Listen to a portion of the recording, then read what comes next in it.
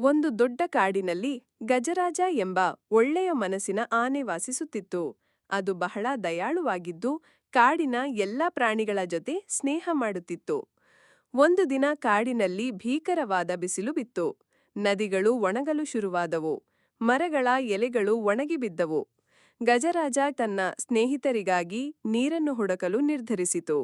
ಅದು ದೂರ ದೂರ ನಡೆದು ಕೊನೆಗೆ ಕಾಡಿನ ಕೊನೆಯ ತುದಿಯಲ್ಲಿ ಒಂದು ಸಣ್ಣ ಕೆರೆಯನ್ನು ಕಂಡಿತು. ಅಲ್ಲಿ ಸ್ವಲ್ಪ ತಾಜಾ ನೀರು ಉಳಿದಿತ್ತು. ಆನೆ ತನ್ನ ದೀರ್ಘವಾದ ಸೊಂಡಿಲಿನಲ್ಲಿ ನೀರನ್ನು ತುಂಬಿಕೊಂಡು ಬಾಯಾರಿದ ಜಿಂಕೆ, ಮೊಲ, ಹಕ್ಕಿ, ಕಳಂಜು ಎಲ್ಲರಿಗೂ ನೀರು ಕೊಟ್ಟಿತು. ಎಲ್ಲ ಪ್ರಾಣಿಗಳು ಹರ್ಷದಿಂದ ತುಂಬಿ ಗಜರಾಜನಿಗೆ ಧನ್ಯವಾದ ಹೇಳಿದರು.